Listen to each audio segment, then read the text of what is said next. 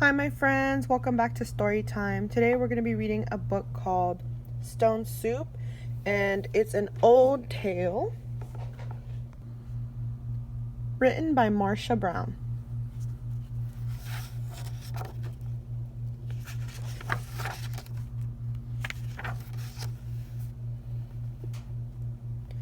Three soldiers trudged down the road in a strange country. They were on their way home from the wars. Besides being tired, they were hungry. In fact, they had eaten nothing for 2 days.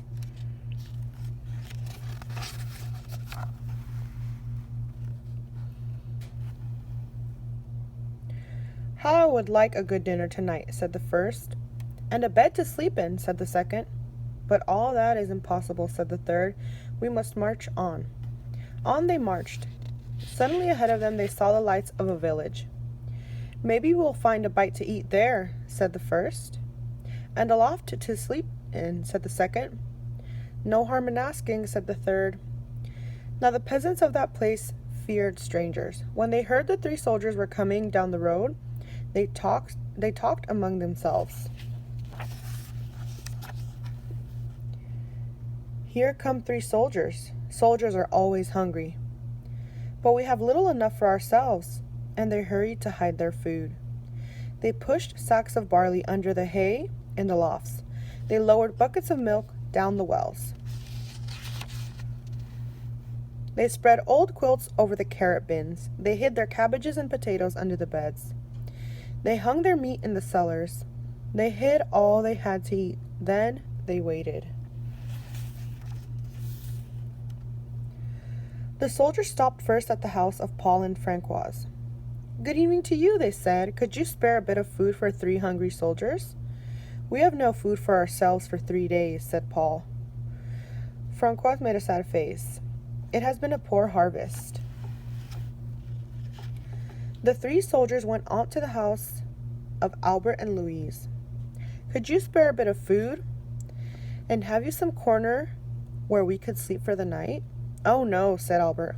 "We gave all we could spare to the soldiers who came before you." "Our beds are full," said Louise. At Vincent and Marie's, the answer was the same. It had been a poor harvest, and all the grain must be kept for seed. So it went all through the village. Not a peasant had any food to give away. They all had good reasons. One family had used the grain for feed, another had an old sick father to care for. All had too many mouths to fill.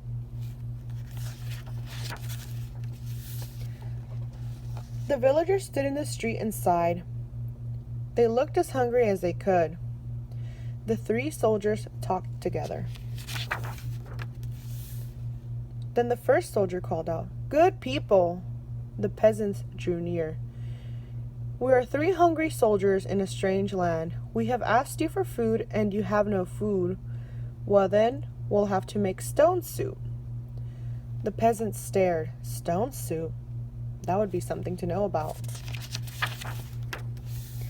"First, we'll need a large iron pot," the soldiers said.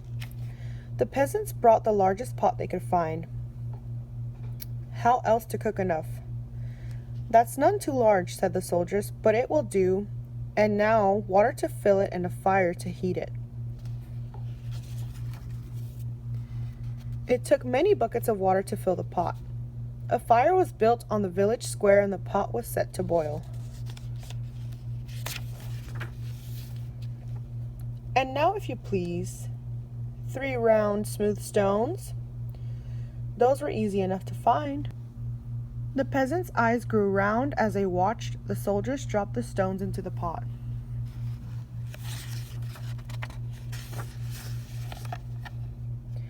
"Any soup needs salt and pepper," said the soldiers as they began to stir. Children ran to fetch salt and pepper. Stones like these generally make good soup, but oh, if there were carrots it would be much better. "Why, I think I have a carrot or 2, said Francoise, and off she ran. She came back with her apron full of carrots from the bin beneath the red quilt.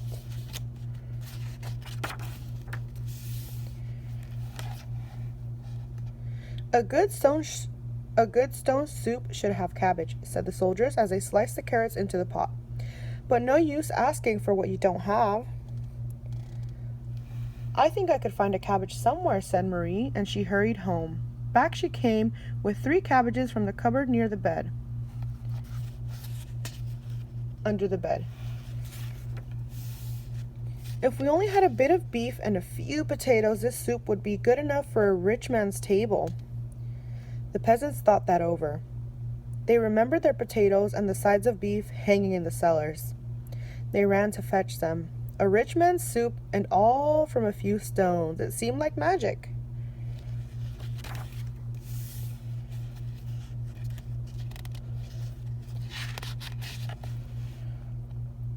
Ah, sighed the soldiers as they stirred in the beef and potatoes. If we only had a little barley and a cup of milk. This soup would be fit for the king himself. Indeed, he asked for just such a soup when last he dined with us. The peasants looked at each other. The soldiers had entertained the king well. But no use asking for what you don't have, the soldiers sighed. The peasants brought their barley from the lofts. They brought their milk from the wells. The soldiers stirred the barley and milk into steaming broth while the peasants stared.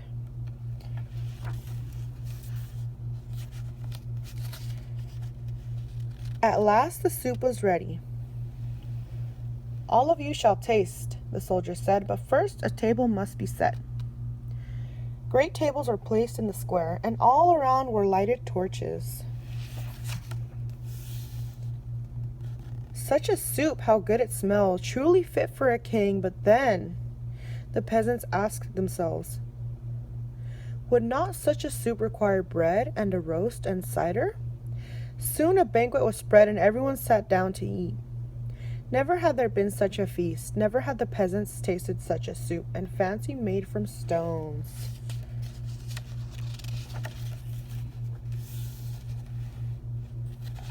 They ate and drank and ate and drank, and after that they danced. They danced and sang far into the night. At last they were tired. Then the 3 soldiers asked, is there not a loft where we could sleep? Let 3 such wise and splendid gentlemen sleep in the loft. Indeed, they must have the best beds in the village.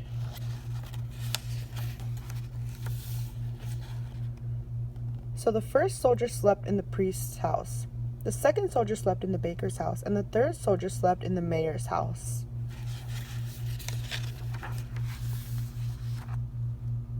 In the morning, the whole village gathered in the square to give them a send-off. Many thanks for what you have taught us, the peasant said to the soldiers. We shall never go hungry now that we know how to make stone soup from stones.